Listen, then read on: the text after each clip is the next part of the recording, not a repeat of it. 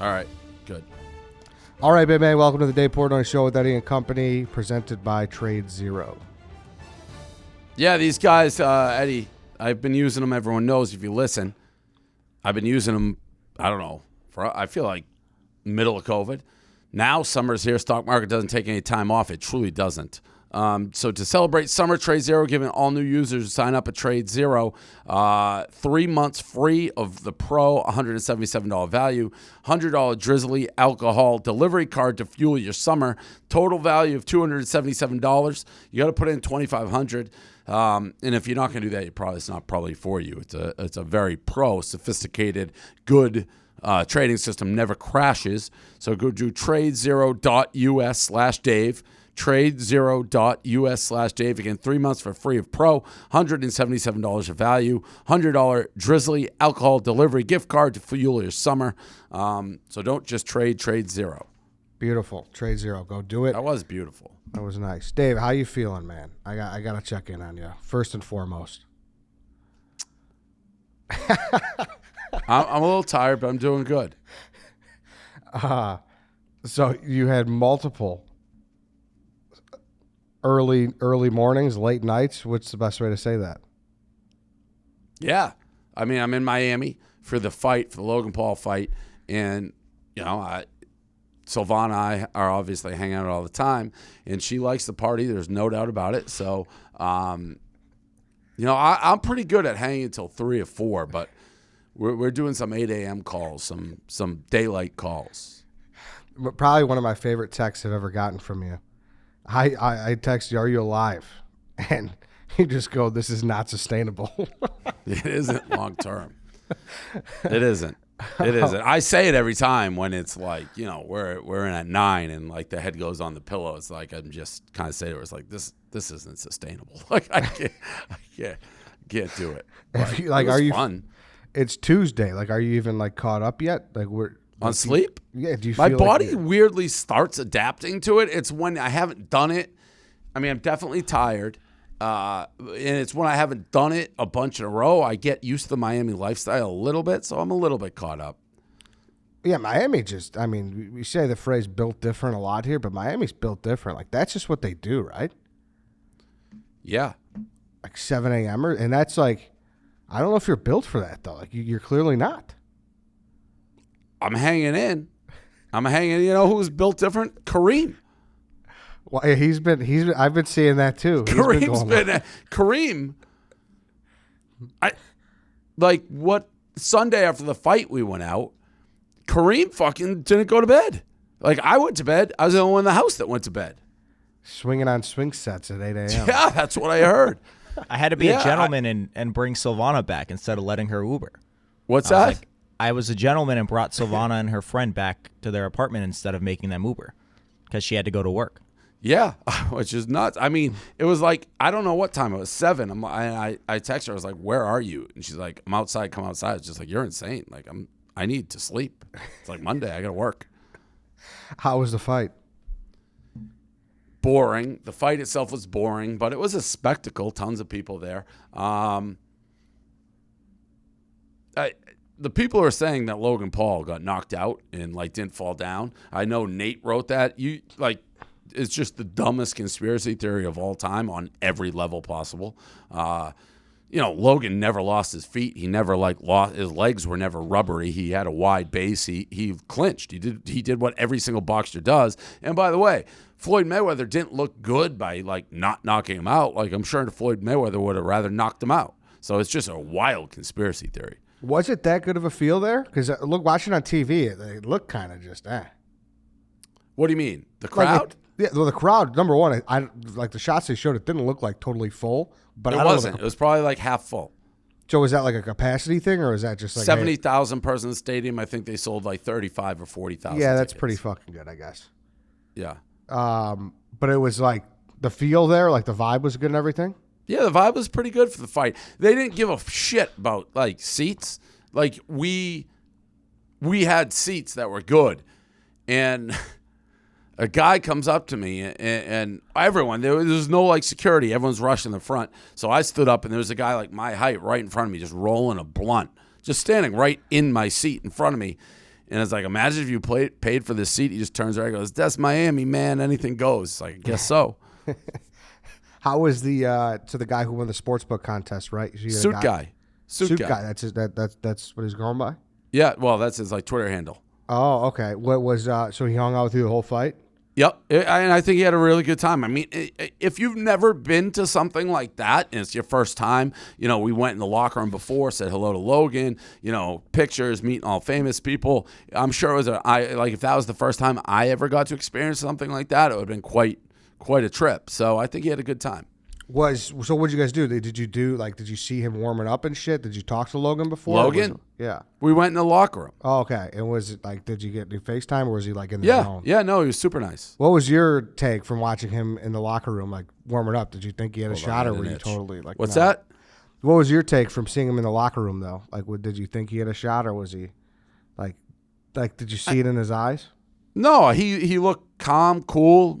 I mean, we went in there a couple hours before the fight, so it wasn't like right before he was going to walk out. But yeah, he was so much bigger, so much bigger than Floyd. And Floyd hit him cold a couple times, but he just doesn't have the power to do anything, I think, because it almost made me rethink that whole Big Cat versus Floyd Mayweather debate, if you remember that back in the old days. Yep. Like, if they each could punch each other in the face until one fell, Big Cat's like, I'd knock Floyd out before he'd knock me out because I'm so much bigger than him. It actually kind of made me rethink that a little bit. So you think Big Cat would knock out Floyd Mayweather? Maybe. Now, Floyd's old, but I mean, he hit him clean a couple times. And despite what people are saying, Logan never lost any sense. Like, he was never in trouble that fight, ever. No, I thought the fourth round is when it started to really go downhill for Logan.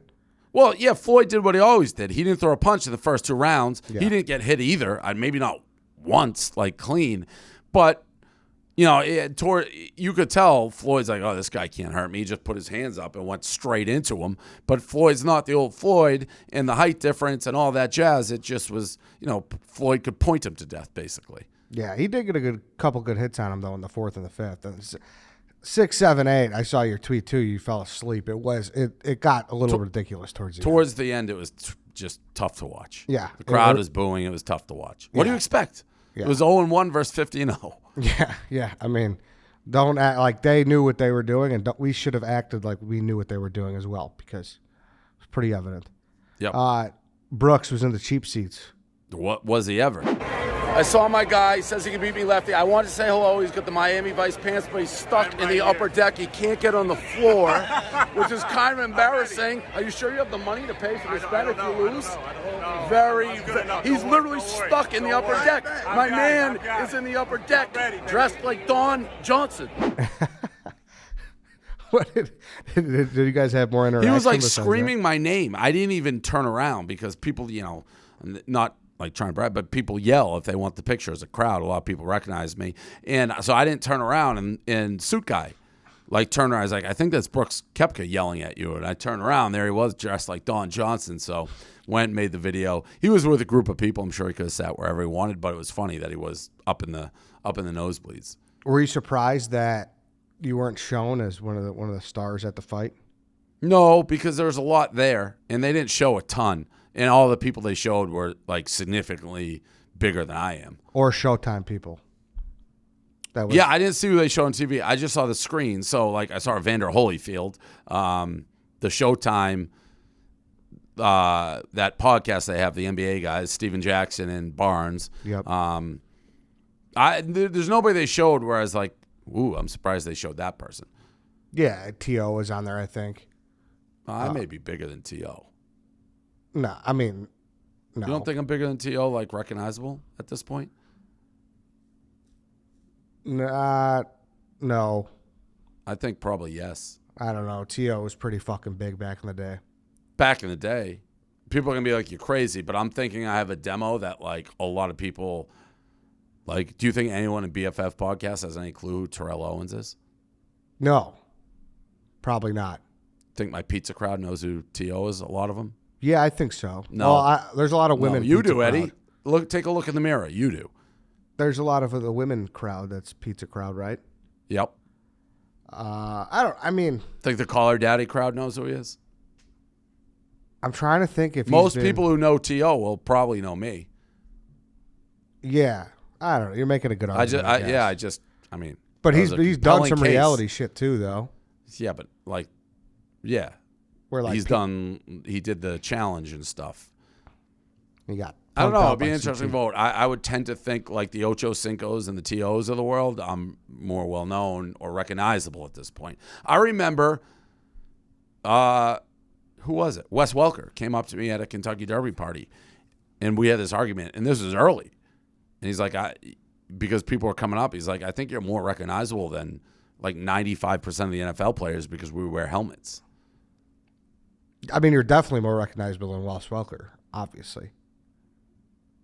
I guess I don't think T.O. is like that wildly recognizable at this point. I mean, I know exactly who he is because I'm a football guy. Yeah, and maybe it's hard for me to, being a football guy, it's hard to look behind that, I guess, but I don't know.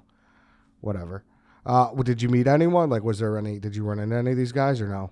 No, not really. I didn't meet anybody that I was like, oh, good to see you. I said hello to the two guys I hadn't seen in a long time who were doing the broadcast for Showtime. Jesus and Miro? Thank you. How was that? You mean saying hello to them? Yeah. Did they like Good. you? They were super friendly. Like, they saw me first. Like, there's the guy, and just went up, said hello. Like, last time I saw him, we were trying to hire them.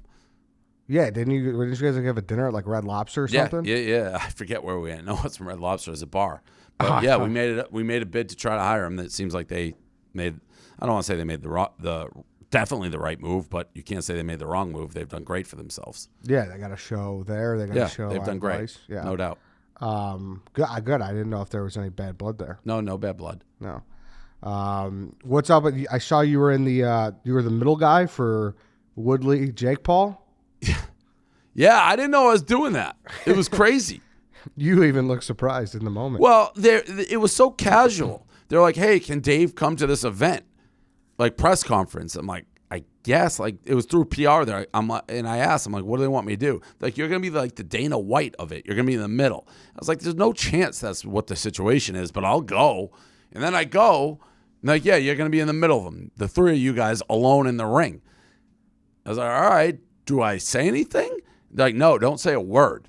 So I went in, and no one was saying anything. It was just total silence. And I'm looking around, I'm like, am I supposed to talk here?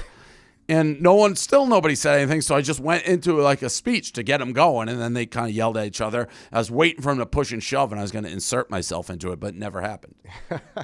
Yeah, it was out of nowhere. Like, usually, I don't know. Like, someone sent me that clip. I was like, oh, he's doing this? Yeah. I sent it to Robbie. Wasn't there more commotion with Jake Paul at your house? There's like a slash tire rumor? Yeah, so we're doing the BFFs. We're here. I know the crowd is like, why you do BFFs? Because it grows the audience. Deal with it. So we have all these guests for the fight. We have Jake Paul come in, and then we have this other dude, Austin McBroom. I have no idea who that was till he came. They have beef. It turns into a Jets versus Sharks incident out in the driveway, where I really think they want to fight. People like, this is for show. It was not for show. They truly had issues with each other.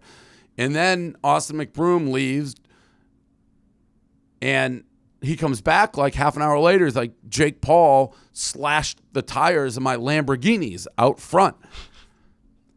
Allegedly, there's no proof of it. Jake Paul says he didn't do it. There's a guy I know. He's like, I was with Jake. No way he did it. But yeah, that happened. And Crazy. Tires were slashed. Tires were 100% slashed. We saw it. There were two Lamborghinis. First of all, who's driving around Lamborghinis? I don't know. But two Lamborghinis cars just tires slashed out in front of my house. So, right in front of your place, they're just fucking... it was like a minute down the road. They just parked down the road. Are you happy it's not like your real place yet? Because that would be a tough opening for the neighbors right there. Yes. I don't know that I would want yeah, I am happy. Dude. Although nobody saw it, but... So, I mean, you're doing it to grow the audience, but you walked away from the commotion. You seemed like you were over I that. just didn't want... Yeah, I was like, you know what? I don't want it. I really more... It felt... I didn't want them to think we set it up, because that... I felt like would have been a little bit dirty because I didn't know they had animosity.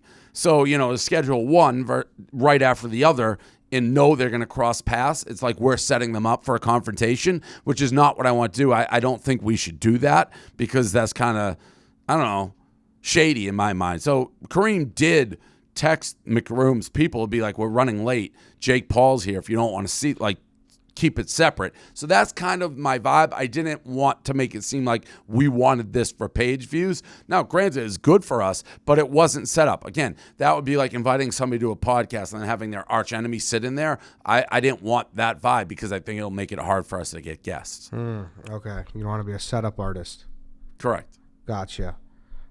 You ran into the Twitter CEO, Jack, with Grudman. Well, I didn't run into him. I had dinner with him. Oh, like a full-on dinner? Like you sat there? Full-on dinner.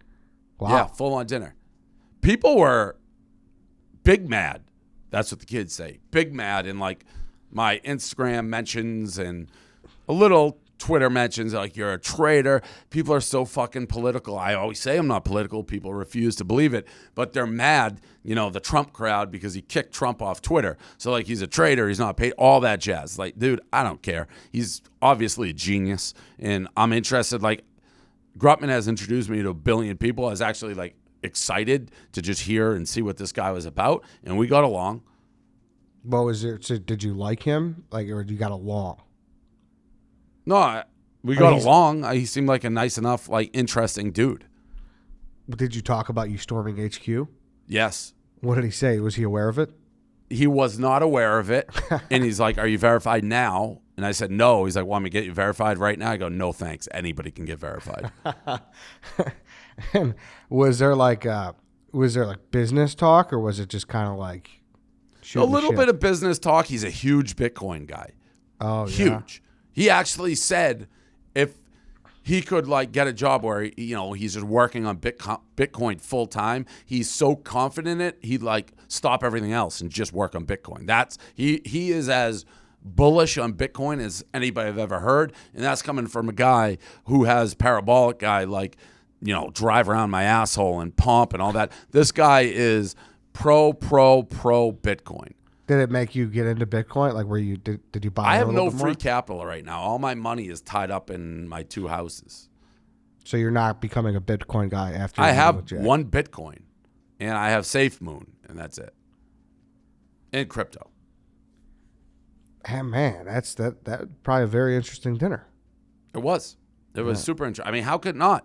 There's very few people in this world who has truly, like, changed culture. He's certainly one of them. Yeah. Like, Twitter is a culture-changing thing. That's saying something, too, that he would back out, because he's very much tied into Twitter, I believe. Like, you're tied into He's a CEO, so yes. But he's a CEO of that and Square. Yeah, but you know what I'm saying? Like, it would be hard for him to just leave because he's, like, stock tied. He's an interesting cat. Interesting. He was out, and then we saw him actually at 11, like, one of our late night times going there after our live closed. And I love the 11 guys. They're the best. And there was no tables available, which tells you about Miami. It's 5 a.m. There's a line out the door. So what they do in that situation, because I didn't give them a ton of notice, they're like, we'll just put you in the back, and then when a good table opens, we'll shift you down. But there was nothing. Jack was there, saw him, gave me a hug. He's like, you guys are more than welcome to crash at our table. So, I mean, he was super friendly. That's good. So it went well, I guess. There was no... Yeah, and I think I got a big barbecue tomorrow night, not for cameras, not for anything, with a guy who I think is going to be like one of my new best friends, Jorge Masvidal. Oh. The game bred fighter. You're just going there to hang out with Masvidal? Apparently he's a huge fan. Really? Yeah. I FaceTimed with him. Like, a guy who's involved with Woodley is involved with him, and he's like, hey, nice to meet you. Like, do you have any time? Jorge, like, I work with Jorge. He loves you. We FaceTimed. And then he invited me over, like, no cameras, nothing. He just wants to, like, do a barbecue with me. So I'm doing that. I love Jorge. He's like one of my favorite UFC guys. Or, like, you bring yourself, like, how's that working? What? All right, just you two? Like a two? I think it's going to be his crew and me. Gotcha. You're not bringing Silvana? No, I don't think so. It's just me and him. Wow. All right. It's just boys' night out. Let us know how that goes. It's like, that's as Miami as it gets. I mean, no, it is. Yeah. Like, he may be, who is more Miami than Jorge Masvidal? I don't know. He is as Miami as it gets. The Rock? Is The Rock from Miami? I know he played at Miami. Yeah. It's a good question. I'm pulling it up. Maybe Michael Irvin? No, he's from California. Okay, so definitely not him. Like, I mean, Jorge Masvidal was doing the street fighting shit before the UFC in backyards in Florida, in Miami. Jorge Masvidal's the real, and I just always, I think he's like a very genuine, authentic, like interesting dude. Yeah. Let's talk about Black Rifle for a second. Now we could bring Let's in do it. Nate Dogg. What? So we're bringing in Nate Dogg too. We are? Yeah, Why? the dog. We're trying to put people to sleep this show? No. Black Is there Rifle. something I don't know? Why are we bringing the dog? Of all the people we got, we're bringing in the human rain delay? That you already have that nickname designated for someone else. Who? You Oh, call Greeny that. yeah, right? well, he is. Black So- Rifle Coffee is a veteran-owned coffee company serving premium coffee to people. Is he going to wear the mask? Nate Dogg? Yeah. No, not to my knowledge. He's in Chicago? No. He's in, well, I think he's at home. Black Rifle Coffee. The office or his house? I don't think he's in the office. I think he's at his house. Why? I don't know. Black Rifle Coffee Company is a veteran-owned coffee company serving premium coffee to people who love America. Veteran CEO and founder Evan Haffer has spent over 7 years on the ground overseas in the U.S. Special Forces and is a CIA contractor. That's a good enough reason right there to support a veteran law enforcement first responder causes. In 2020, Black Rifle Coffee donated more than 6 million cups of coffee to deployed soldiers, law enforcement, medical workers through their signature Buy a Bag, Give a Bag initiatives. We talk about high-quality coffee beans from all over. They import high-quality coffee beans from all over the world, roast 5 days a week at facilities in Manchester, Tennessee, Salt Lake City, Utah.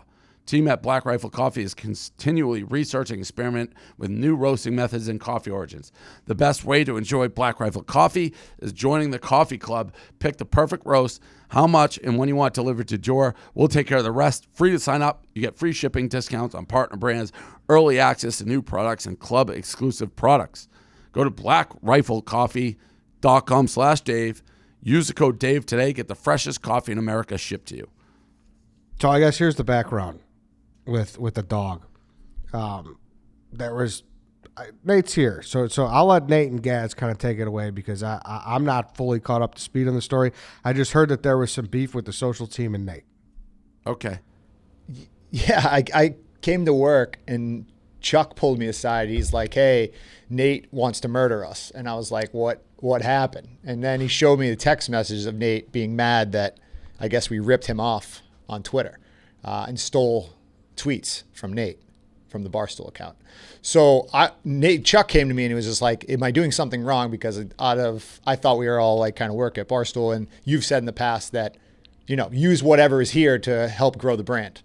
So I guess Chuck was just asking that question. I don't know if he was like trying to like stir it up or not, but it kind of brought up the point of like, where do we stand on this? Where does Nate stand on? Are we doing something wrong? I don't know if other personalities are pissed off if we're using content that they create, but I don't know. I'll let Nate kind of weigh in. That's all I know. Oh, no. This is probably the littlest deal of all time. I just fired off a tweet during the during the Logan Paul Mayweather fight. And then 3 seconds later, the main account did the exact same tweet. And I was like, fuck that. But then 5 minutes later, just forget about it. But it is interesting you bring up the point, are other personalities mad about it?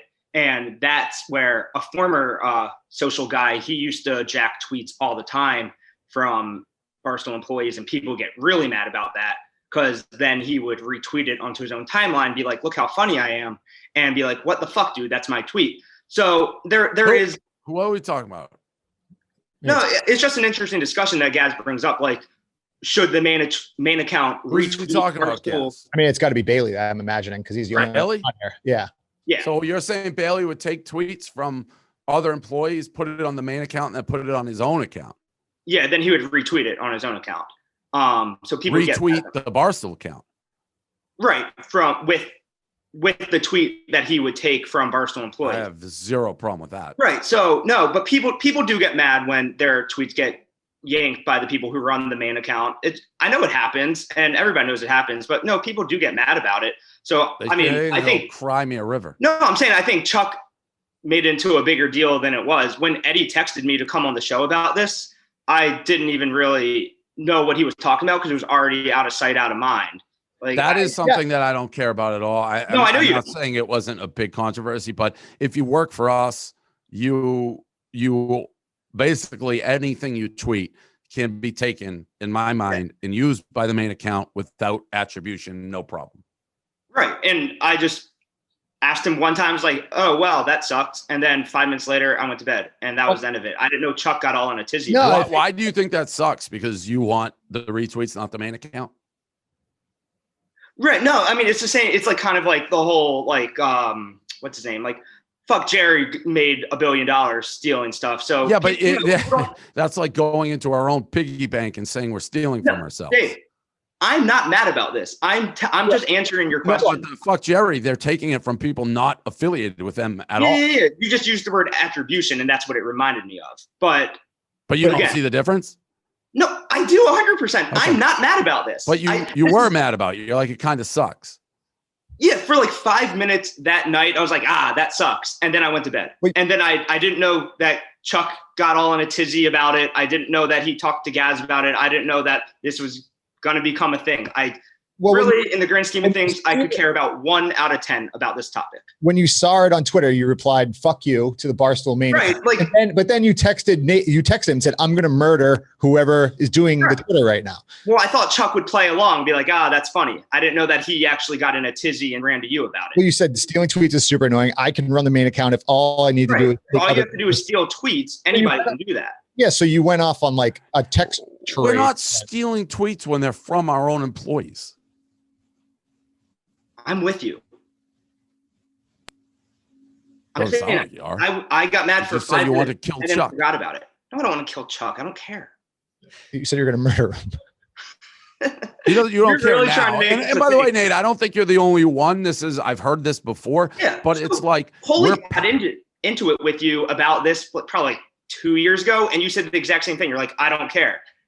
Like that's I absolutely don't care. It's like we're paying people to be funny and unique. It's like that's part social. If we have great tweets, it really doesn't do us that great. If it like goes, I've said this when people with small accounts do it. Like, it's like, what are you doing? Like, we want to grow. The main account is always my preference. Always. Dave, I'm with you here. And it benefits everybody, to be totally honest. But what's that? It benefits everybody instead of just one person. So I don't know. He's saying it doesn't matter. Sounds like it mattered in the moment, but yeah, I've been consistent for 20 years on this one. That you know that gut feeling, like when you see like something you did like taken somewhere else, you're like, that fucking sucks, and then like it just blows over in 5 minutes. It's that was the entire murderous rage for 5 minutes. Fine. Yeah, I get it. Like there's some people like I don't care as much about it, but I've always felt the same. Like me, for example, I've talked to Paul about it's like, or Dan or Kevin, people are, and you to a degree, Nate, at this point, but people who are so closely associated with Barstool, I know they're not going anywhere, that it's like, I don't really care because it's within our network, but we live in a world now, Bailey being somebody, or people are coming and going. So it's like, I'm not in the business of just, oh, sorry, I didn't grow your personal account that you're going to take when you leave. We got to grow the main accounts. 100%. I have asked, I think, Gaz before, if we would ever just like, oh, there's a funny tweet from one of our people. We like never retweet our own people on the main. We'll tag brands and podcasts in tweets, but we never just retweet our own personalities, which I think is kind of a miss because so many like tweets from our personalities, like we have the funniest people on the internet. Like we should just be retweeting our own people from the main, in my opinion. Yeah, I mean, the thing is, retweets, I feel like never do as good as the original. Like because the way Twitter works, like a Yeah, retweet. yeah. I mean, Twitter stinks in that regard, but it can only help. It definitely can't hurt. There's a level of what I just said. There's a level of trust on who that person is, because we are much further away from where we were, 5-10 years ago, where I'm not necessarily in the business of building people up so they can just leave right away. It depends contracts. It's all those things. So it's a little more complicated than that, because it does benefit. There's no doubt. My goal, I don't care if you said every person in our company can have like one Twitter follower and the main Twitter account has 200 million. I'd be like, give me the 200 million. Yeah, definitely. So Definitely. that's how I look at the world. Yeah, How's the blog going, Nate? We had a really good Monday yesterday, Eddie. I'd say we had about 50% more page views than a normal Monday. We had some good viral videos. We had some funny blogs. I don't know if you read Nick's chicken wing blog, but when he's writing, he's a top tier blogger. I would love for him to blog more. Him and KB are just so good at that. So yeah, good blog from him. That woman at the Outback Steakhouse who was going crazy, that did a lot of views, and the Kevin Durant story did a lot of views. So pretty good Monday. Hopefully we can just keep it going this week. Dave, if you had a meeting with Nate, Hubs, and Coley about the blog, are you happy with the current state, how it's been since Coley's taken over? Yeah, I think he's definitely improving and working, getting it improved. We had a conference call, and there's no doubt that they are constantly in a little bit of a pickle. Not pickle, but there's truth to what Nate just said. He'd love Nick and KB to write more, but a lot, it's hard when we're doing so many different types of content. So the people we know are very good bloggers are also on the road or doing podcasts, and it's a fine line in between blogging and doing other sorts of content. So I think they are doing a good job and balancing something that's not the easiest balancing act. It's a constant battle to try to encourage people to utilize the blog, because basically what we're saying is the Barstool app, millions of people have that. If you do a podcast, if you blog the funniest clip from your podcast, it's now being seen by this whole new audience that might not go to iTunes, might not, download the podcast on Spotify, but now they're seeing the funny clip, and now you're also putting your merch in the bottom of it. So now you're moving merch, and you can now link to it from your Instagram and all that, and it all just builds on each other. So I think people do underutilize just the sheer number of people who click onto the blog and then just might start buying merch or seeing other people's podcasts. Like say a Foreplay fan comes and it's like, what's this Call Her Daddy, or what's this Anus, whatever, Dave Portnoy show. So I think it all builds on each other, and everybody can really help everybody else by utilizing the blog in that aspect. It's just a matter of like sitting down and using our back end, and that's like the headache part, is actually doing it. But I think the ends justify the means if you just do one or two a week, even at minimum. He's right. Has the flood dried up at all? I know that was a big focus, right? Because none of the super page was getting flooded by a million posts. And are we posting less now? Is that a thing or no?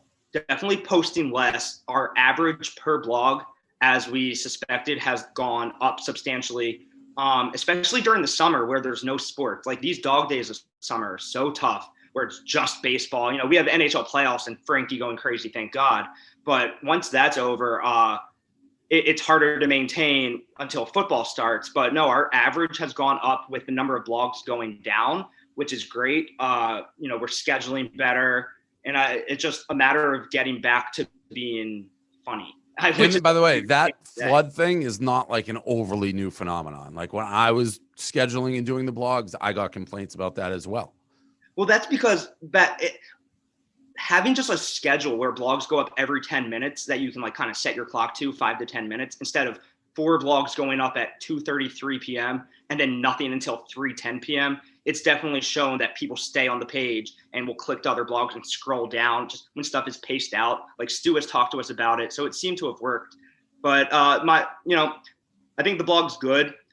I just always think back to Dave when you hired me. It was just funny take. I still think we have too much analyze the game, or like what should this team do at the trade deadline, instead of just being just stone cold funny.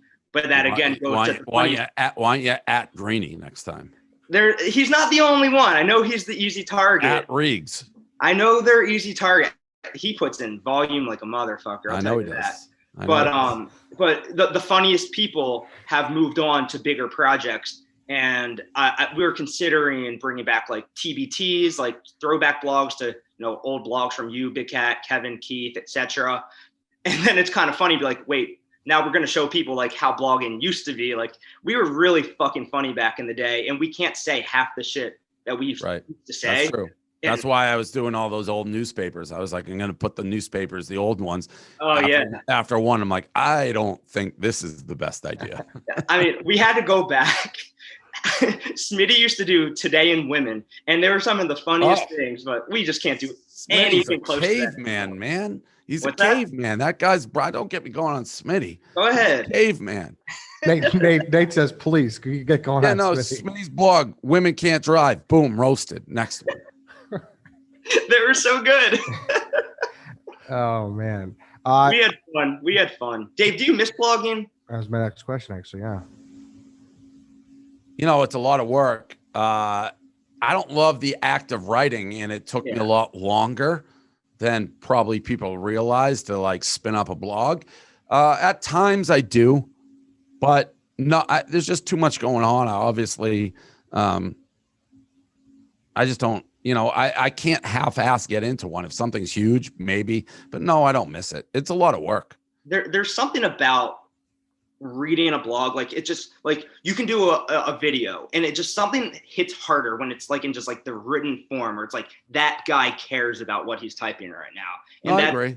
And even your old blogs, like you could do a paragraph, like 3 sentences, and every sentence would be very funny, and you'd smash publish and be like, that could be the funniest blog of the day. And what we're trying to push on the newer bloggers is like, get in, make your jokes, get out. And that like, it's hard to write short. I've always said that as one of my things, write shorter. I will say what I found, it's a lot easier to get in trouble with the written word than it is with audio. Now I've had some audio clip, but people latch on to things that were meant to be jokes. Clearly everyone knows the hit list. And even like Francis, what he wrote, it's like the written word sticks. And if you pull it out, it's harder to get away from if a joke isn't there. Yeah, you can make a throwaway joke on a podcast and nobody will think twice about it. But if you type it out, it just, let's say you were like, oh, that slut out loud. Like nobody cares, but you type it into a blog. Well, they care for me, but most people know. I mean, but when we're Coley Hubs, like we're like scanning every line for. Yeah, you have to. Unfortunately, you have to. Like literally anything. And I'm always like apologizing, like, I had to take that out. Like you never know who's going to just get so mad. And we think back to He Who Must Not Be Named, who got us in a world of trouble. It's like, do we want this person to be able to like cross the line? And it stinks. I wish we could just. And that really wasn't, it was just unfortunate because that really a lot of people, including, it's like, oh, that's, for that, the way that was blown out of proportion, the controversy, it just put us in a weird spot, basically.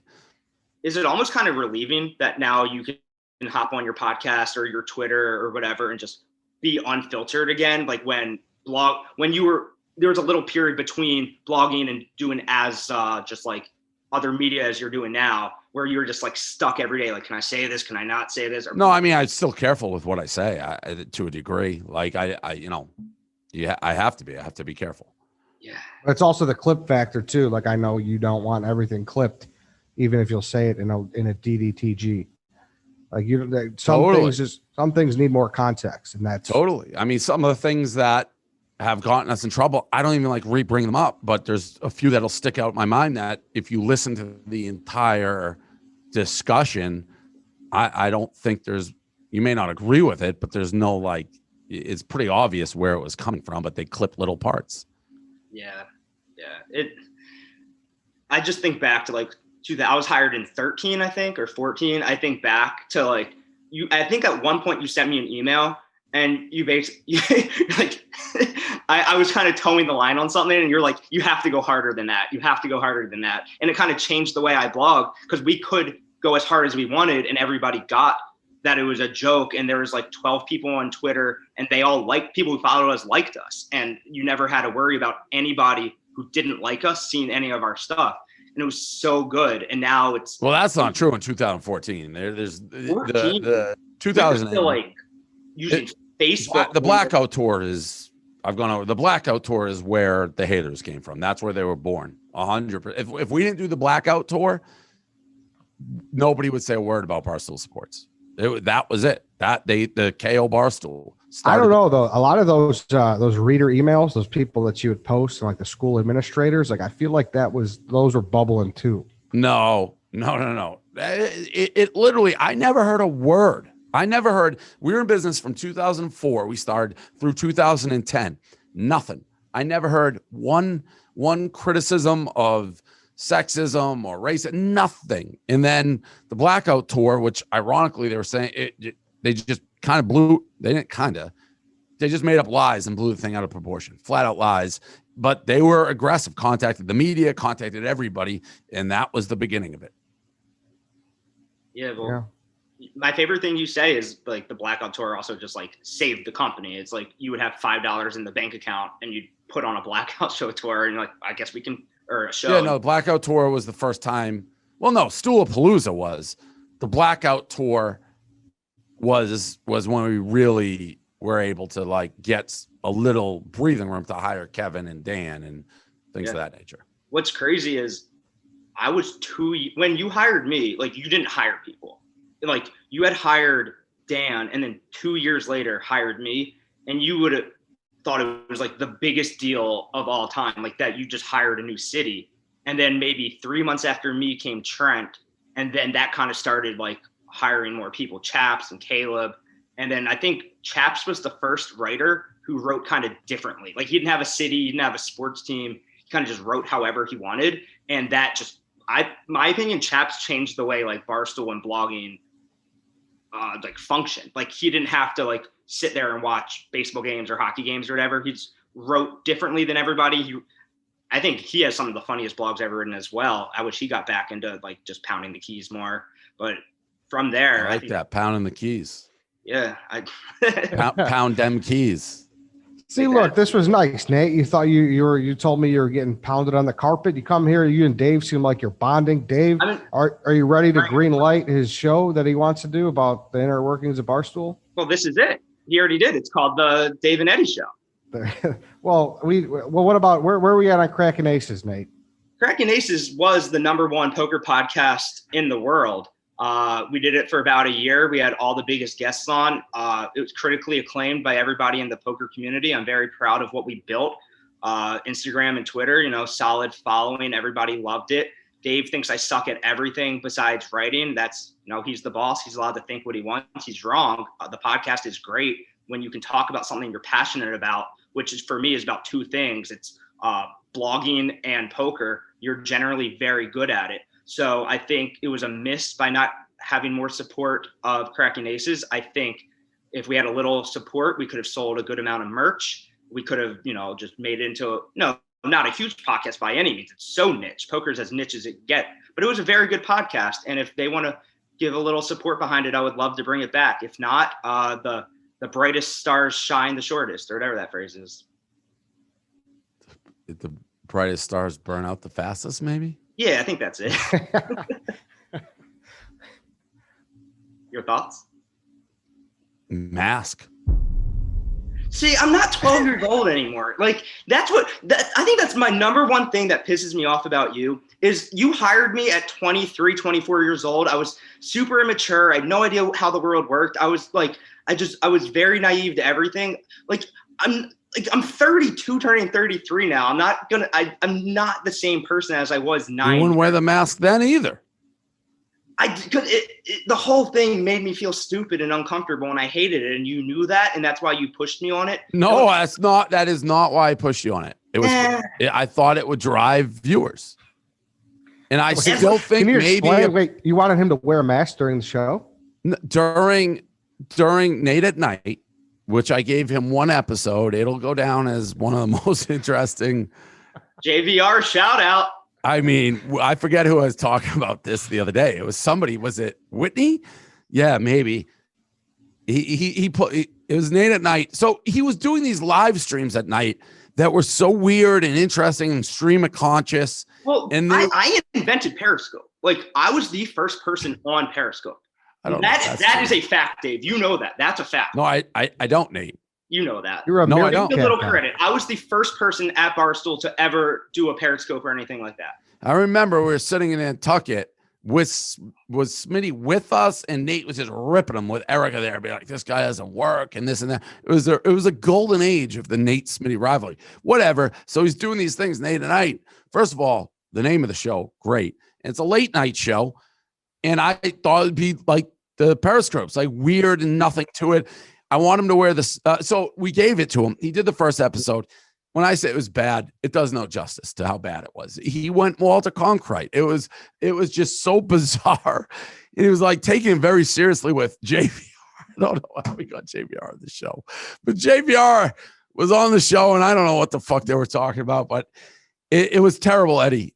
But I still was like, we got to get back to this other thing. Make it weird. Make it interesting. I'm like, if you wear that spider monkey mask, which he showed up to in that go-kart race, right? Isn't that what when you wore it? Pastrana. That with Travis Pastrana. That might have been our first like real video ad deal. That was our introduction to you. He shows up in the spider monkey. I'm like, if you wear that, we'll keep the show. Think about it, be weird, interesting. He refused. And that was a stipulation for him to continue Nate at night. I will continue the show if you wear the mask. He refused. Show went away. I'm saying he wants cracking aces. Again, think about seeing Daniel Negreanu sitting across the table from Nate in a spider monkey mask. There's something to it. Nate refuses to acknowledge that I understand content at all. The spider monkey mask. That's the thing I refuse to acknowledge. Yeah. You think you know more about content and getting views. The spider monkey mask plays. I think it played at a time 7 or 8 years ago. I don't think it's necessary at this point, Dave. I'm going to disagree with you there. And by the way, the Kraken Aces, as I recall, did not have big numbers. If it has you never numbers, saw the numbers. You have no idea about the numbers. I'm pretty sure they had bad numbers. You have no idea. How would you ever have seen the numbers? Because they send me reports. It was never a Barstool podcast. Nobody has access to the numbers besides this guy. And how did they do? I was maybe looking at retweets and things like that. I remember one time you did like a live stream or something. It had like 6 people on it at 2. That was during quarantine. You're getting your brains. Didn't I do like, why did I do Dave Walks to Work? Did I start? What was my purpose for Dave Walks to Work? It was something to prove me walking to work could outperform something you were doing. That was the first time. See, you don't give me enough credit. I come up with these ideas before everybody, and then you pounce and steal them. That was me Periscope, and you're like, oh, maybe there's legs to this Periscope thing. And then who advertised for your Periscope? McDonald's. You're welcome. Wait a minute. I just did the walk to work to prove that you were wasting your time doing it. Right, but that was the first time you used Periscope was because of me. But just to prove that you were wasting your time. Sure, but you're welcome for the idea. And McDonald's canceled after 1 episode. Yeah, I know. That was also when the guy sniped you from above. They canceled because they didn't like the unpredictability of it. Oh. Yeah, you're a wild Which is sometimes pizza reviews still like, it's like I can't control it. It's an open environment. We're not editing it. Someone else canceled because of something. I can't remember. But yeah, no. Cracking Aces, you never saw numbers. It did well, all things considered. For what does that mean? Like 5,000 to 10,000 per episode. Yeah, I mean, for no support from 5,000 like unique listeners per episode. Yeah. How does that rank, Gaz? I mean, it's not high, but it's not the worst we have. How do you know? I know. Yes. Yeah, that would be more like a little bit below the new Nadu podcast. You don't know. I do know that. Nadu told me what his numbers are. Yes. What do you think? You've been around for a while. Should Cracking Aces get the green light? I think I was interested because of the pen stuff, like in the iCasino, and like, is there a way to tie in that kind of thing? Definitely. But I don't know. I don't know. I'm not. Dave's the content guy. Dave, what if we did it with Mincy and Barstool Smitty? Do what? The show, just once a week. Yeah, I don't even I'll edit it. I was editing it. I was doing everything myself. Like, I'm not asking for much. Yeah, but that takes time. I know, that's why I stopped it, because you graciously gave me this promotion, and Right. I wanted So to. that's the push pull. If I got a guy I don't think is ever going to build that big of a podcast. Now, the pen thing is an interesting question, but I just didn't see it doing it. I like the numbers 5,000. I mean, yeah, it wasn't going to blow the world open, but to sell merch and just to build another audience, poker players have a lot of money. Did you try to sell merch? We never did, because we never got the backing from Barstool, so we couldn't put up merch. You know how I feel about this. Everybody knows how I feel about this. The backing. Anybody can be a star unless you're Barstool Nate. That's the number one thing. No one supports me. It's like you work for Hey, a the huge world company. needs ditch diggers too, apparently. The world needs ditch diggers too, but the we didn't support you crowd. It is an interesting one, because I 80% agree with you on that. And you can look at Barstool and be like, yeah, everybody built themselves. There are some people that you or Barstool as a whole just like, there'll be people that you will put a ton of resources behind, and some people that you'll never put resources behind. Like, you would never give Cracking Aces a chance because it's me. Like, I'm telling, like, you never would. You just never would. So if you had the numbers, you would. But you're fighting an uphill battle, because I don't think you're good at that stuff. So yeah, you are correct. Again, like, you're too busy to even give it a chance, and you don't like me doing anything else enough to never give it a chance. I've just never found you very interesting on a microphone. But I'm not as bad as you wish I was. I'm not. I don't wish you were bad. If you were great, you do. You fucking do, dude. Why would I wish you were bad? It's a delusional thought process. Because then you won't be able to say the world needs ditch diggers and this and that. If I shine, you have nobody to pick on. You need Barstool Nate. You do. You need Barstool Nate to call a ditch digger and make jokes at and have people hate. You need me for that. And I need you on that wall. You're just delusional. If you were great, it helps a company. It's hard to find great on-air talent. You know what? I'm not the best on the microphone. We all know that. We all know that. What I built and how the podcast was very good for a poker podcast. I can't talk about things that I don't give a fuck about, sure. But that was a good Let me give you Dana Beers as an example, right?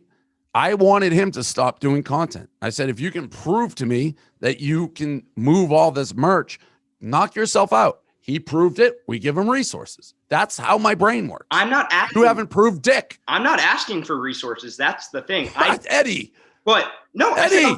I said I would edit and all that myself. I just want to be able to make the company money by selling merch. It's a catch-22 though. You're right. You don't ask for resources, but you also said you didn't have the backing of Barstool. So no, just like we're never gonna get promoted on any of the accounts or anything like that, which I didn't ask for. I never needed, and we still built an audience. We still built 20,000 on Instagram and Twitter in a year for poker. That's with Zippo. No, for poker, it's fine. Like comparatively to any other poker podcast. But you are valuable in this other role. So it's like, where does Nate spend his time? Right. And Dave, I took it upon myself to stop the podcast, to focus 100% on the current role, growing back the blog. Believe me, I know where my money is made, and you didn't have to give me this job. I appreciate it, and I get paid well to do it. So I stopped the podcast. But now I'm saying I would love to bring back the podcast. We could sell merch. We can bring on Mints and Smitty, and we can make it a fun little podcast. It's not going to be foreplay. It's not going to be part of my take. It's not going to be the Dave Portnoy show with Eddie and Co. But it'll be a fun, good poker podcast that's respected by poker players, and they buy T-shirts and they buy hoodies and they come to the casinos and they play in the Barstool Poker Opens, and that's how we make money. How many? All right. Okay. Get back to me. We'll get it. I want to know how much money for the company you think this podcast can make. I don't know how bottom lines work. You know that. Dave, tell me. Dave, how much merch? I brought up the podcast report of a recent one just to see where it rank. You said what, 10,000, 5,000? 5 to 10. 5 to 10. That would put you in the around 40th podcast here. But ahead of some others. I have 50 of them listed here. I don't know how many more we have. Read the last 10. Read them.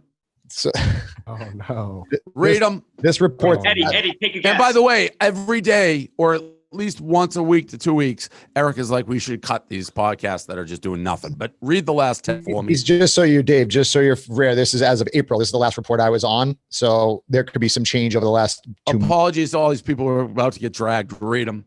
This is not nice. Yeah. Good. Where do you want me to? Go 40th to go down or 50th? Go all the way and then drum roll me to dead last. All right. So the 41st podcast, according to this report, was Dime Package. 42nd, We Gotta Believe. 43, What's We Gotta Believe? the Mets podcast. Okay. Who's on that? Clem. Who else is Clem, on that? KFC, and one of our social guys, Kyle. Yep. Okay. Friday Night Pints, which is a recap of that show. Out and About, The Corp. Now, the Out and About just started, right? That's Gay Pat. Yeah, that's Gay Pat. Yeah. The Credit Corp, to me which for I don't know how long that's been doesn't dead. air, so it's like that's why that's down there. Yeah. Tea with Publicity, Barstool Pick'em, Doesn't air. This League, Fantasy Football. What's this league? Uh, Oh, Trista. Come on, Dave. yeah. Again, this is April, and then Fantasy Football. So Doesn't air. yeah. So Nate, is that worth somebody who's got a very important job if you're in that category? Again, I would like to remind you that I stopped doing the podcast for the reason you are literally. But now you want what's changed though? Why now should you do it? Because I think it can make money. I think it would cost zero and make profit. It would make money for the company. How much? I don't know how much money podcasts and shit make. I know there are Those guys are making no money, none with ads. I would guess if you have the #1 poker podcast in the world, which Correct Aces was, I would guess there's value there. And when it's connected to Barstool Sports, the #1 sports media brand in the world, put those two together, I assure you there has to be somewhere sales can find a nickel. No, it's very hard, harder than you think. Those are nothing numbers, and poker people are cheap in general. The Poker people are cheap? The companies. Yes. What are you talking about? What are you talking about? I've been doing this for 20 years. And first of Poker all, people, you got to be legal for the now. reason the newspaper launched. Yeah, and we can't take offshore money, so it has to be legal. We'll get legal money. We'll sell merch. We'll do a good podcast. How much merch? Dave, I don't have spreadsheets of how much merch. Well, you keep saying we'd sell all this merch. I'm asking. If you sell one t-shirt, that's I'm not worth treating you any different than the Nadeau crew. I said, Nadeau, me and Dan will push your shit. We didn't sell any of it. How much will you sell? I'll sell over one t-shirt. See, and for that reason, I'm not going to give you the podcast. What's the successful amount here? 50,000 in for a shirt. What do you think? Like that's what I did with your acting. I'm treating you the exact same like Dana Beers and Nadeau. Hey, prove it, and he did. I'm asking you, give me the number. When we relaunch the podcast and reestablish it, and then we go to World Series of Poker in the fall in Vegas, we'll sell 50,000 of merch. 50,000 of merch by when is the World Series of Poker? It's in November this year. And if you don't, you got to enter the contest and you got to wear the spider monkey mask to the World Series of Poker. Say that again, Eddie. And if you don't reach the goal, you got to By wear the World Series of Poker. You got to wear the spider monkey mask and cover the World Series of Poker there with it on. Can I play in the main with the mask on? Who's paying for it? For the main? Yeah. The merch money. Well, what if it's not there? Barstool Nate will pay for it. Okay. By the way, do you have Clove? Do I have what? Clove, CLOVE. No. So if we don't get 50,000 sold in merch by the World Series of Poker, you will go to the World Series of Poker. You will play with a spider monkey mask on. You will pay your entry fee and cover it or play in it with the mask on. Is that the deal? And in return, we restart the podcast. Correct. Right now. Correct. Sure. Yeah. Deal. Let's go, baby. Deal. I mean, where is this? Where is the downside of that? You have to wear the spider monkey mask at the World Series of Poker with your own money. Sure. Deal. But so what? How do we? So this is now an official Barstool podcast.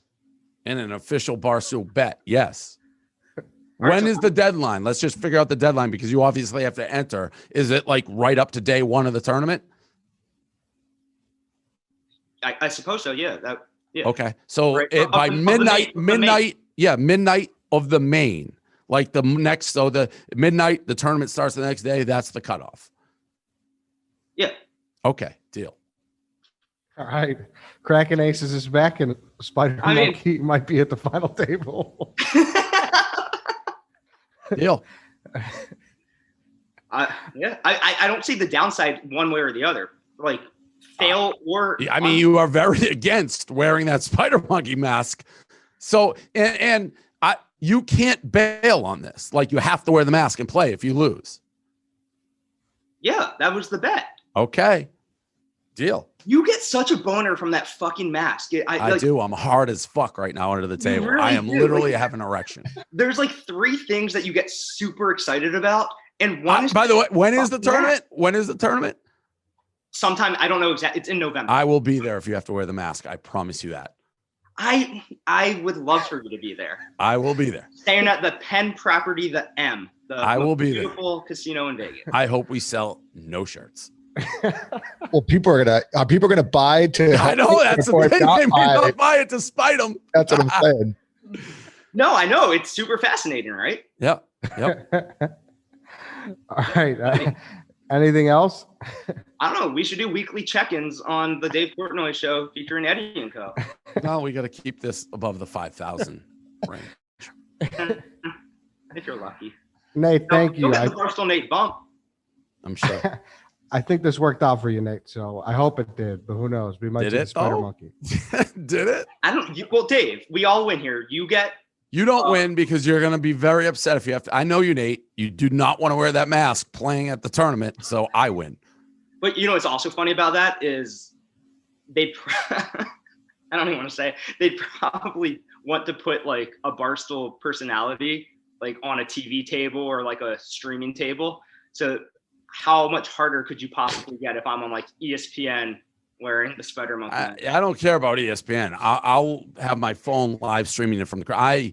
Listen, I'm looking forward to that trip to Vegas. I'm glad that we have your full support over at Cracking Aces HQ. We do. Now he's going to try and negotiate. If we have to pay for his entry fee, we're going to be deja vu here. Oh, well, that was a Mark Cohn production. And then Caleb tried to steal all my money. Unbelievable. All right.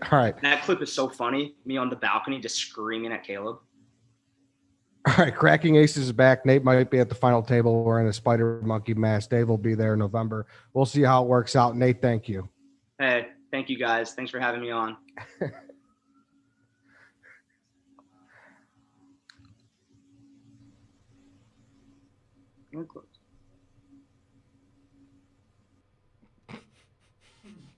I wasn't sure if he was going to pull the move where he just doesn't leave. He used to do that radio. Like, we call him in and he tries to sit there all day. What a bet. What a bet. I mean, I don't think he has a fucking chance.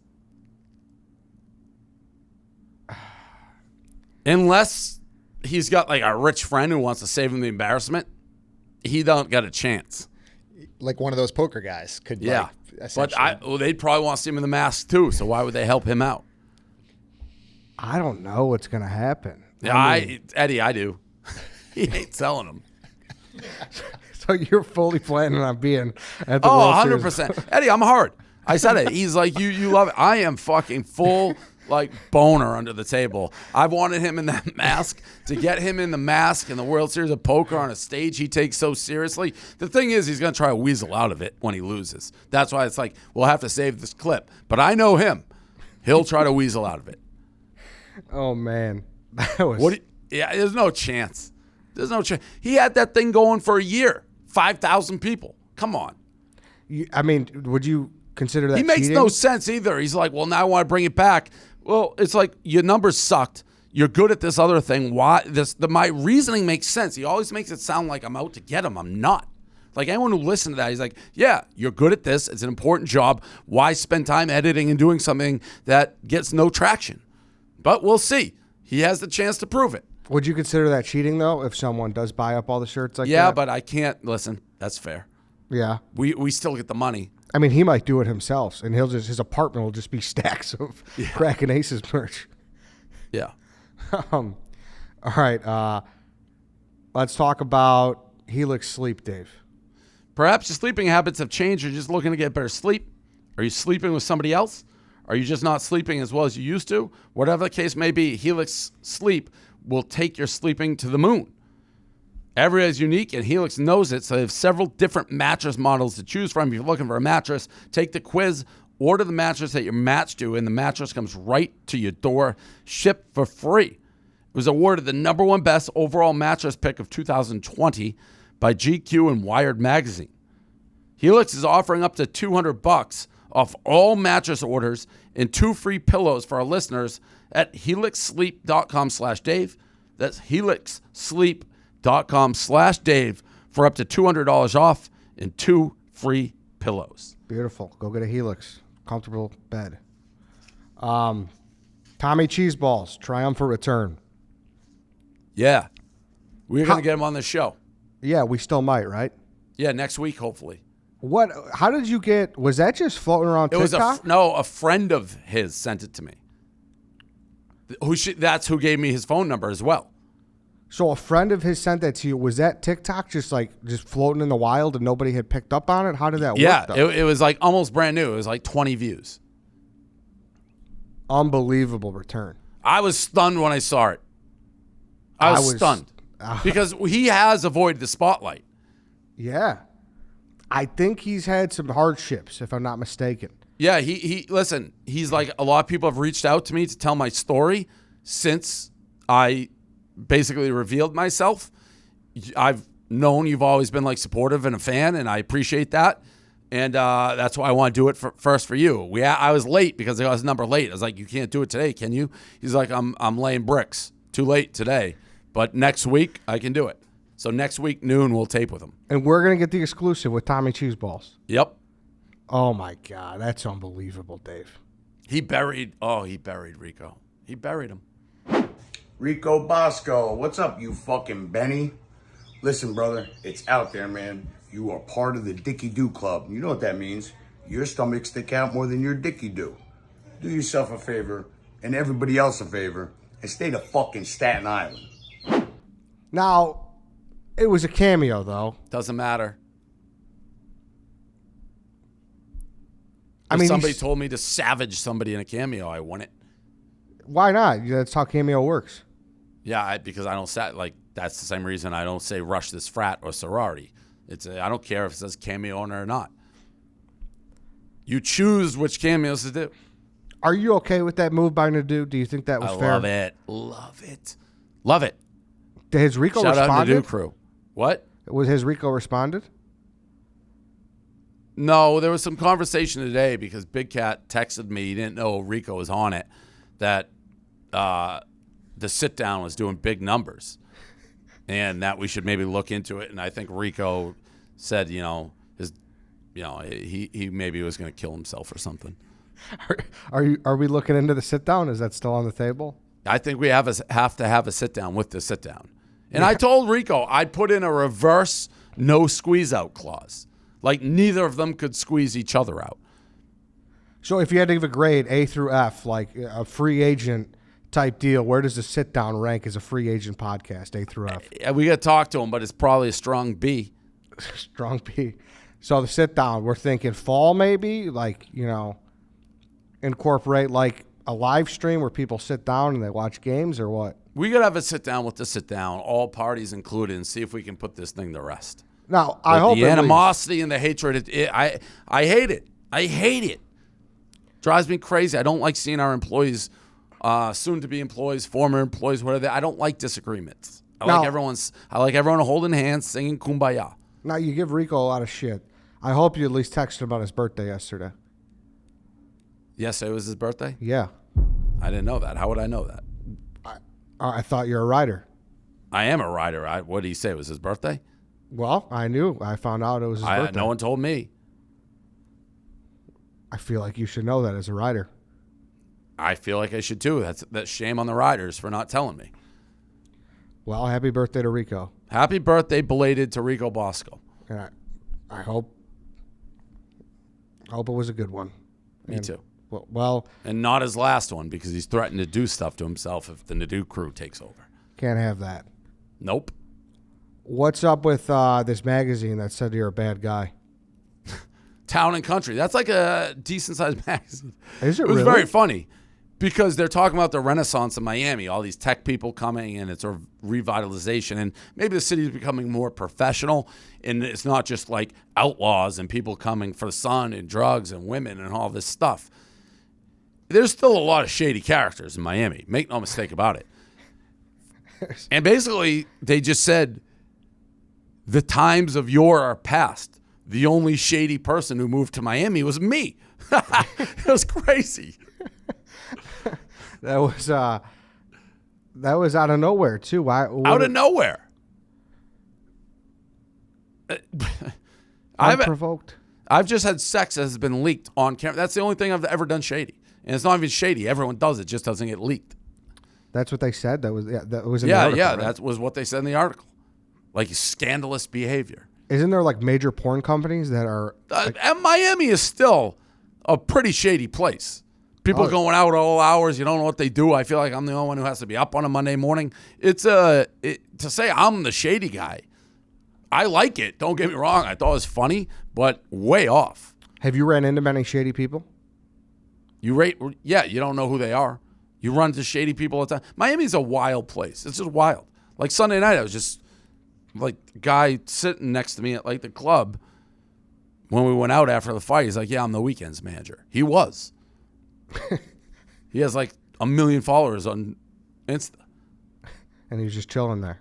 Yeah, he's just chilling there. He's like, hey, what's up, fan? Everyone likes Barstool for the most part, so people are nice.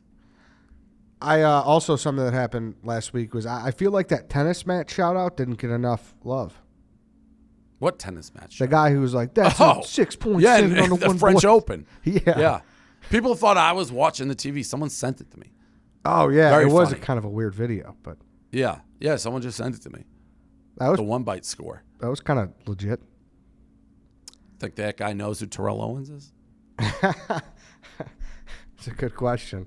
Let's do a little more inside Barstool, but let's talk about ZipRecruiter first, Dave. Yeah, and it's a great way to hire people. And it's hard to hire people. People don't know. You get so many especially us. You get all these resumes. Everyone wants to work here. Not enough applicants with the right skills, experience, too many resumes to sort through, yet you need to hire ASAP.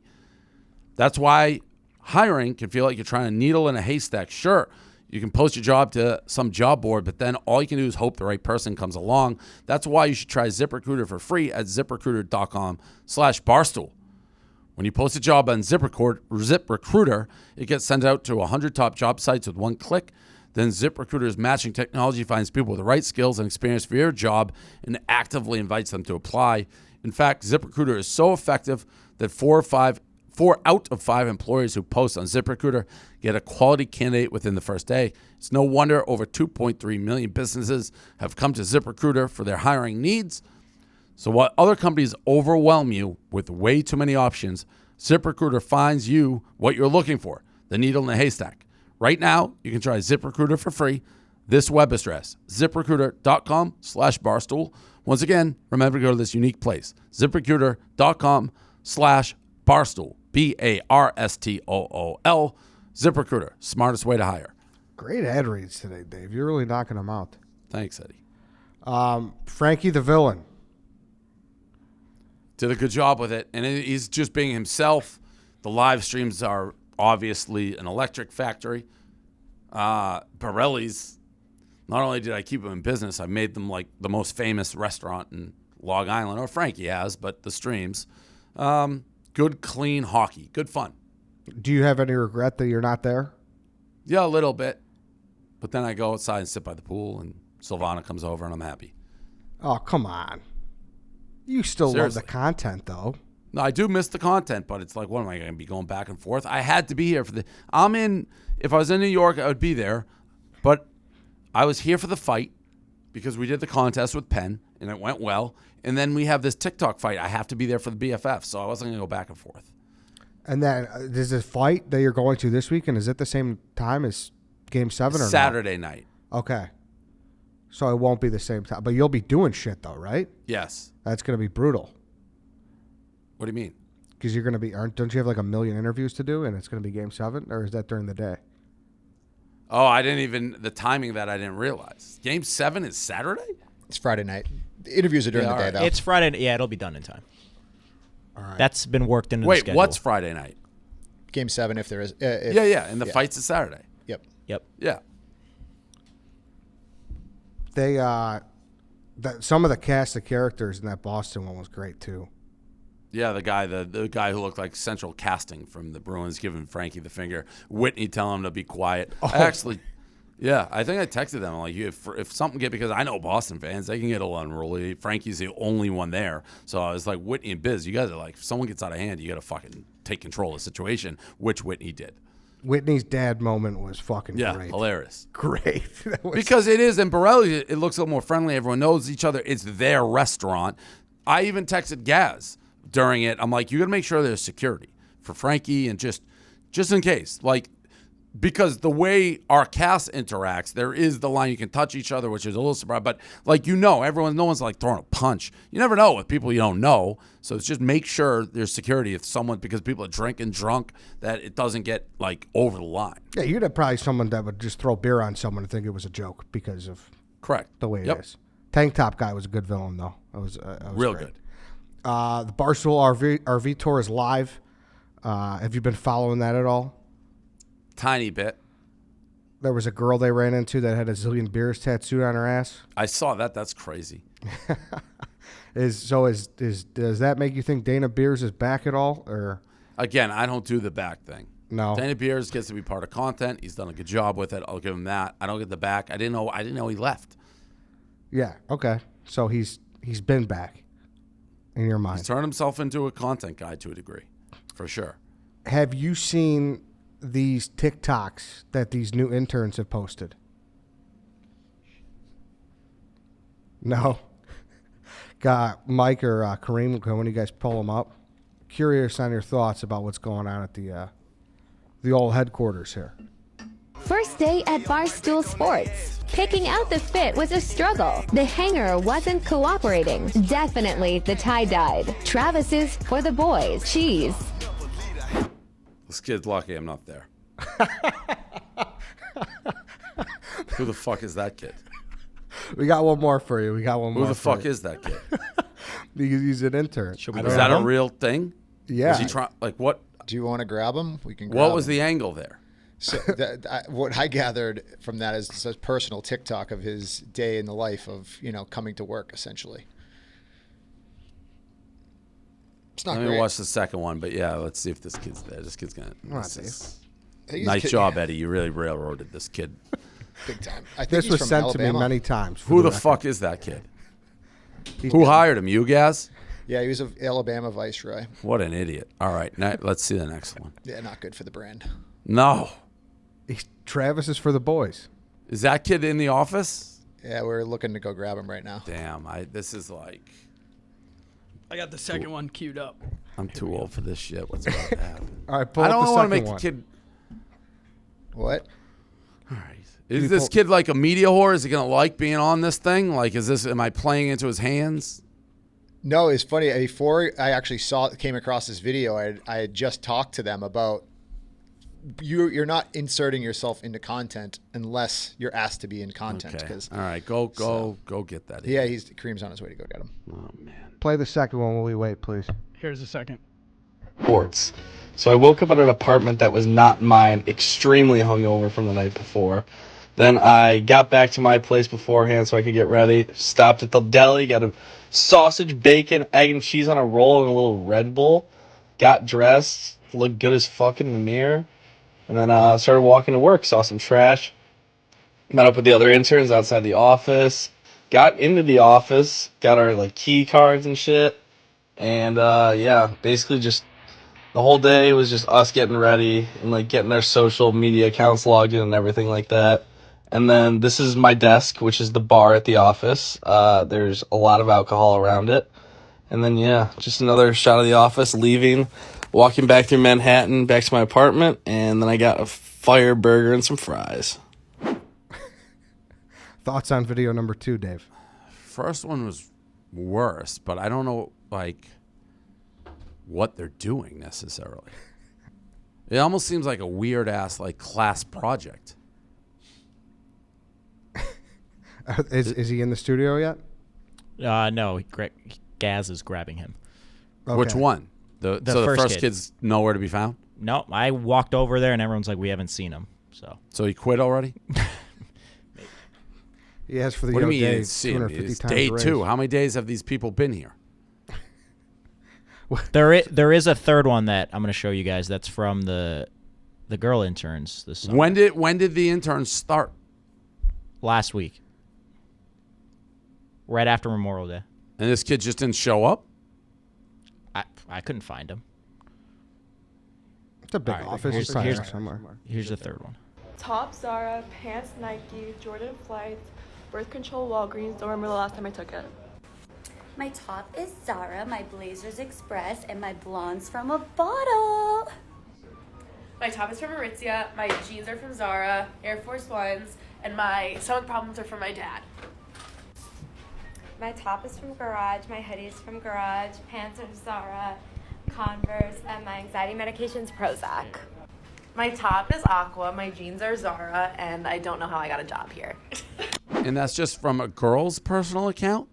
Yeah, they're just making the TikToks to post. They like the Zara jeans, huh? Can you guys see Sean? So who's this guy who's in here right now? Currently an intern. Yeah. Which video was he? First one, the Travis Scott for the boys. It's maybe the worst TikTok I've ever seen. Like what? I was excited about my first day. But like, so are you like bragging that you work here? Is that the deal?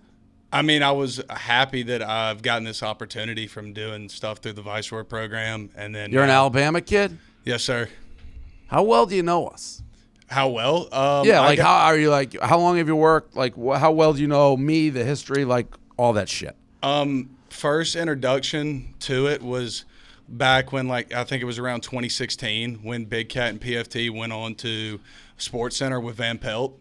And that was my first, like, introduction to it. And then I started getting into it, seeing your pizza reviews and stuff like that. And then obviously huge when I got to college and overall doing that. And then when I saw even more when I was running the account, like you did the Talladega stuff, and, like, we absolutely, like, love you down there. So that was, like, my main exposure with Big Cat and PFT. And then so overall of how I got it. And then doing the Viceroy program, I do that for 2.5 years at Bama from like my sophomore summer all the way to this past year at the end. Got it. Can we replay with him in the room the TikTok that he made? First day at Barstool Sports. Picking out the fit was a struggle.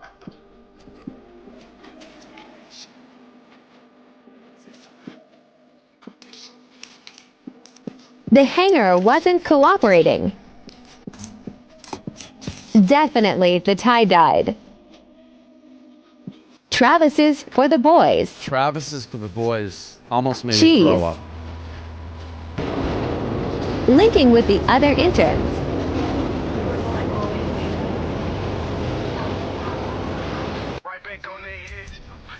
Nervous.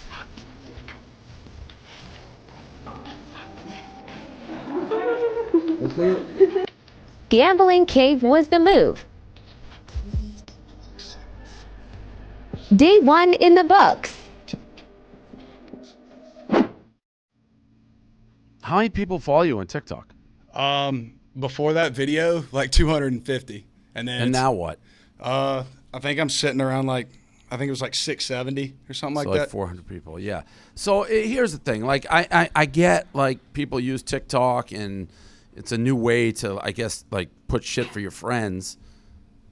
But, like, I don't want to see the Barstool logo. Like, you came across as an incredible loser in that video. So it's like when you start putting those videos with the logos, like, I don't want people, like, the interns are here to work, help out, do what Paul or the other people ask them to do, not to be making videos with our logo in the background, videos in the office. Like, you should be a silent gnat until, for whatever reason, you accidentally get dragged into content. Like a Tommy Smokes, he wasn't running around making content. Like he did something that I called him in.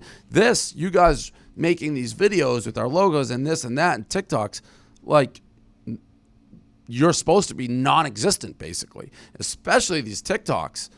If that was my first introduction to Barstool, like through that, like I'm never, ever going to this site again. It's a bunch of, I mean, that TikTok was horrible. Horrible. Yeah, it probably wasn't the best idea. No, it was horrible. And it's like we're not hiring people. I've noticed this a little bit, Eddie. People like my first day at Barstool, like they're throwing ticket tape parades like they're their number one pick in the draft. Like, get here for a cup of coffee. This isn't the way that we should find out who you are by making. I've made some uncomfortable content, but that. What do you say, Travis for the boys? You should be in prison, Eddie. Who's letting these people in? Were you doing that stuff as a viceroy? No, I was not. I was So just then- doing content for Bama. So you make content for Barstool. It's not you. I don't want to. You guys, you're. And I don't know who the guy on the right is. I didn't think that TikTok was as bad, but they're both like, why are we seeing the faces of the interns? Who you guys are nameless interns. Your best way to get hired is for me not even to know who you are. Like, and then if it develops organically, but Travis for the boys, gross. Best advice, don't. You want to talk about your day and eating a sandwich? You want to tell your parents and your friends I'm interns at Barstool? Great. Don't tell the world on TikTok. Just be quiet. He was excited, Dave. Eddie, did you watch that video? I did. What'd you think?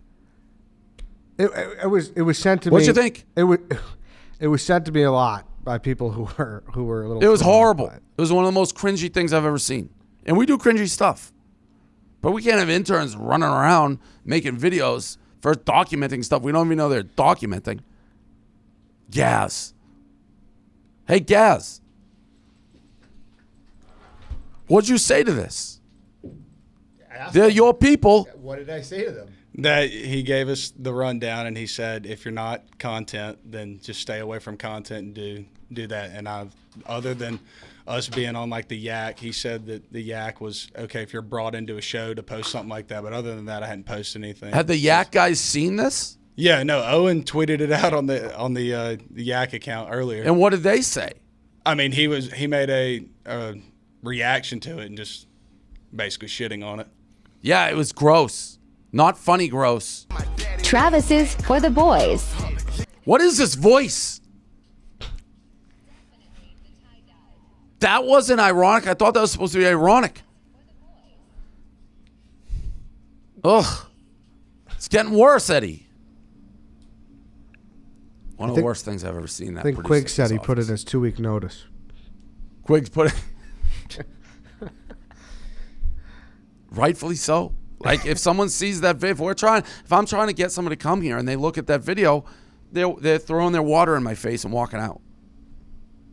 You know, I've always said like one of the things I think we've done very well at has been kind of cool and cutting edge for 20 years. That guy may have just ruined it in one 20-second TikTok. No more TikToks, please, from the interns. How you guys feeling? What's your name again, Alabama? I'm Sean. Sean, how you feeling, It was man? disgusting, Sean. I don't mean to be mean, but it's Eddie's fault. He showed it to me. I wish I never saw it. I got to go home and like work out and start blogging and stuff. You've put more pressure on me. Yeah, no more TikToks for me. I'm done. Ugh. And what's the other guy's name? Did you watch that over? Be like, oh, this is good. Yeah, Like, I mean, in the moment, I thought it was a good idea, but oh, it's obviously not. disgusting. Yeah. It was one of the worst things I've ever seen. It was honestly that bad. Do you post that with hopes of it like going viral, or like to show your friends, or like how what's the thought? It was more just like friends thing. I mean, I didn't expect everybody in the office to completely just see it, but like I was just doing like a first day thing. How did you find out that people were aware of it? Jake Bass was the first person that tweeted about it, and he was like, "Fit, go Brazy," like all this stuff, just like. And then I was like, all right, so I'll play with it. And then just overall, and then Owen did that one earlier today, and I saw his, and I was like, all right, just good. And then just more and more, and just, yeah, it just kept rotating around the office. I think Jeff Lowe and also Dana quote tweeted about it. It's the worst thing I've ever seen. It's the worst thing I've ever seen. It honestly may be. I mean, we had him in earlier. That's right up there with awkwardness of Nate at night. It honestly, like some of the Nate videos that he made that are so cringeworthy and so bad. That I have no words for that. It's like the worst thing I've ever seen. I don't know what else to say. It's disgusting. Paul, how you feeling? Reflects on me. This is that's the thing. Yeah. Bringing the interns. It's how I have to deal with this shit, and it's on me. So, yeah, no. What did you think when you saw that? So it's funny because we usually do an intern orientation the first day. It got pushed because Stephanie was jammed up. She's the one who leads it, our HR girl. So it never happened. So the second day, I went in and gave them like a spiel on like what you can do, what not to do, what's going to get you in trouble, what you don't want to do. And I didn't know this video existed. So then to have it come out, I see it after, and I'm like, I was 24 hours too late to getting ahead of that storm. But I don't know if I would have seen it on his personal TikTok. Like I follow their Twitters, shit like that, but I don't think I would have ever seen it. What is that voice? Is that like a TikTok voice? I've never seen a TikTok with that voice. It's like their new voice. It's like their Siri voice. It's like text to speak, and like they've changed the voice. It used to be more like Siri, but now they just called like Viola or something is the name. Yeah, I don't know. That was hideous. I guess I know who you are now, Alabama guy. You're the guy who is the worst content producer this company's ever hired. That's who he is. Oh no. Doesn't mean he can't do his job. We don't hire interns to make TikToks that make me vomit. And the other But one, I think I've been mean enough, but we got to get that message across. Like, yeah. The other one you didn't hate as much?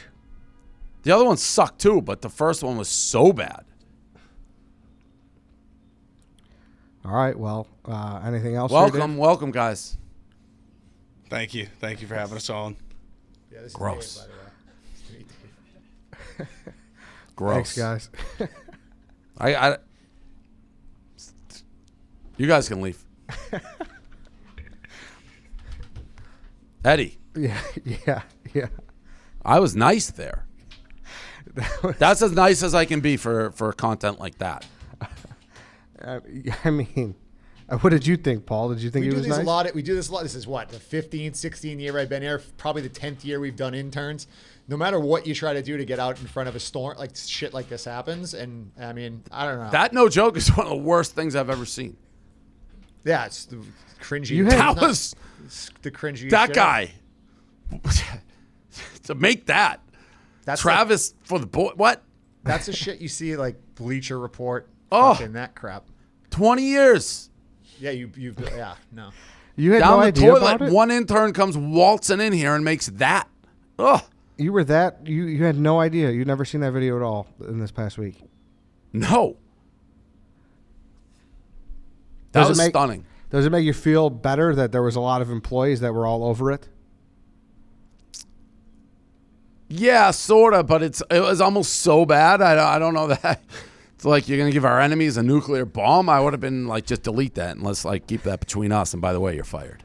Sweep it under the rug. Man, you think those guys are? You think his days? I don't know him. He came in. He's came through PMT. It's like I don't know how well he actually knows me. And like, what do you mean? How much he knows you? He just got pulled into the fuck. He's the frat pledge. He got pulled into the president's room and he just got fucking reamed. Yeah, but I'm not there like that. If this was old school, that's something I'm gonna come out and ream you for that for your entire internship. Every day I walk into the office, I'll see you and I will ream you out for 10 minutes every day. Doesn't matter if he's the perfect employee for the rest of his career. Doesn't matter if he's Scorsese down the road. Every day I walk in that office, I see him, I'm gonna rip him for that forever. That's how you get Milton tough. So they avoid that a little bit.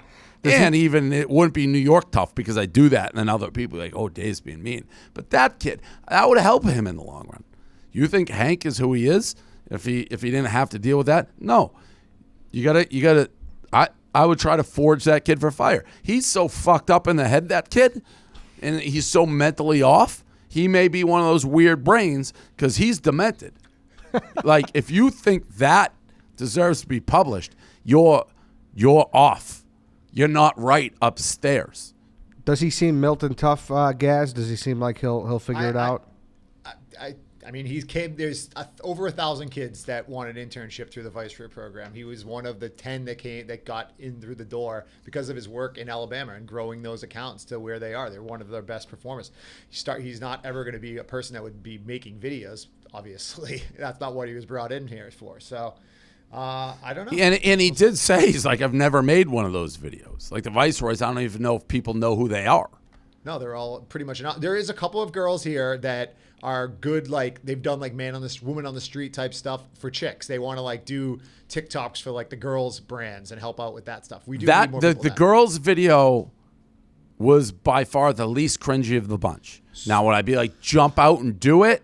No, but I didn't like get repulsed by it. Yeah, no, I know that's another girl that made it for a person. We were talking about a girl that actually is like hosting and asking, kind of what Brianna was doing around her, asking questions to make TikToks. We have a girl that's doing that from Penn State. So, but she got the green light. We're like, right. But in the sense the green light, we post it, but you make it and then send it to us and we approve it and then it goes up. That kind of thing. Yeah, that guy's fucked. What a fucked up dude. He's not, though, because you know who. No, I don't mean he's fucked like for life. I mean his brain is fucked up. Okay, so he doesn't understand anything. Like nothing. Well, I mean, it lines up with a lot of this cringy TikTok shit we do on BFFs. Not that we do personally, but you watch some of like Josh's old videos, you're like, what the fuck was that kid thinking? Yeah, but Josh is like a boy band kid. He's just getting 14-year-old girls to be like, oh, he's hot. Like, I get that. I don't know what this kid was doing. Clout farming. So he's not fucked in a Barstool sense, but you just think he's fucked up in the brain if you think that's good. Well, if you press publish on that, you're mentally decapitated. Well, Dave just kept saying, Travis for the boys? What? Good luck to him. That kid's got something wrong with his brain. We'll check in on him here in a couple months or so. Brain dead kid. It's like when Tommy was incredibly stupid. That kid's got something's wrong. For real. Alarmingly stupid Tom. That was Tommy Smokes' nickname? Yeah. Was he that dumb, Tommy Smokes? Yeah, he did something. No, he's not a dumb guy, clearly. Yeah. But he did something really dumb. It was he was just sitting there. I forget what it was about during a rundown. And we asked him to look something up. And like he had a computer in front of him or something. And I forget exactly, but he was doing something very stupid. But yeah, that was the introduction to Tommy. But he was sitting there doing nothing. Like he at least did it right. He wasn't inserting himself. I didn't even know he existed. Look at Pirate Simon. I didn't know he existed. Interns, you're supposed to not know they exist until they exist. You don't come in and make the worst video of all time. Everybody wants to be a star, Dave. You know that. Well, I don't know that he was doing that. He was doing it for his friends, but just keep us out of it. All right, couple more things, and we'll get out of here. Speaking of TikTok, though, you see Brady was hanging out with some TikTokers? I did, with the DeMellos. He's in? Yeah. He did the 4-down thing, too, that he did against the Bears. Did you see that one? No, I didn't see that. Yeah, he was making fun of himself that he thought it was 4th down. Brett Merriman, he took last place in the Austin Barstool Classic. He wasn't last. They said they got out of it. Very, very on brand for OMB. And he definitely had the best equipment and like some weird sock ankle issue with his shoes. But, looked like a country club kid blowing his hair and sucking. All right, then this will be the last thing. Can you pull up the graphic from the draft you did last week, Kareem? Since we're talking about bad videos, we did viral video draft last week. I want you, and since Barstool is so based on these, I've seen the video. You've seen the graphic? The graphic. What I like to know your opinion. Like, what to you? And there's so many good ones, so it's a tough spot. But I'd like to know where you stand with where's your heart at, I guess. Like which person would I think had the best draft? No. Like which video out of all of them seems like the I mean, I love Danny Boy Kane so much. I love you got to be dancing, you got to be smiling. The one that was not on, there were a couple. There's another one that I thought of the other day that wasn't on here, and I forget it. But one that I did remember is Strutting That Ass Guy. I love. There's so many. I mean, we did this at the end of the century, and I think one was Danny Boy Kane, if I'm not mistaken. And I think that still is my one. I love Danny Boy Kane, but was that like super viral? I consider that like Barstool viral, like Barstool World viral. I mean, it went viral because of us, but I guess if you're saying millions and millions and millions of views, yeah. No, it wasn't worldwide viral. No. Yeah, that's right. I for sure would have taken it if it was that. I love Danny Boy Kane too. I think you got to be a Leprechaun guy. You always enjoyed that. That was an unbelievable video. That was a very good. Pete Weber's a great one. Who do you think you are? I mean, it's so small, the writing, I can't see them all. Can you enlarge that a little bit? Boom goes the dynamite. Yeah, that clearly. I like Turtles. I mean, they're all big. Stealing Your Kids, the Britney. These are all huge videos. But, I mean, Mass Whole Thanksgiving, if you're using that, that's our video, so that's not in this category. So it's different? Well, according to you. Yeah, I mean, I thought that's the same as Danny Boy Kane. You could, I mean, to a degree, did the DJs in My Car video, that I consider that also is our video. I consider that Barstool for sure. Yeah, so what are we doing here? Well, I don't know. Because you got there's videos on here that were ours that we cross launched. over. I mean, they all cross over. I think the Danny Boy Kane's as big as the others. I guess. Well, that's a big miss then if you would consider that. Well, I mean, there's other videos. Mass Whole Thanksgiving is a video that didn't exist on the internet until I put it on there. As same with the dancing. Those are started by me. Have you talked to Danny lately? No, I can't remember if he's in or out on me right now. He may be out. I mean, you're in the same state. No, he doesn't live in Florida. He lives in Jersey. No. He lives in Tampa. No, he doesn't. Yeah. 100%. I don't think so. 100%. Really? Yeah. I don't think so. I'm pretty positive, and he takes a bus down to Canes games to go see him. He hasn't been to a Canes game in forever. No, he has. No, he hasn't. I'm telling you, he has. I think you got the wrong guy. No, because I tried to take him to a game. Yeah, but he doesn't want. He refused. Yeah, but he's like, I haven't been in a while. I'm pretty sure. He doesn't like press. No. But then he likes your pizza reviews, remember?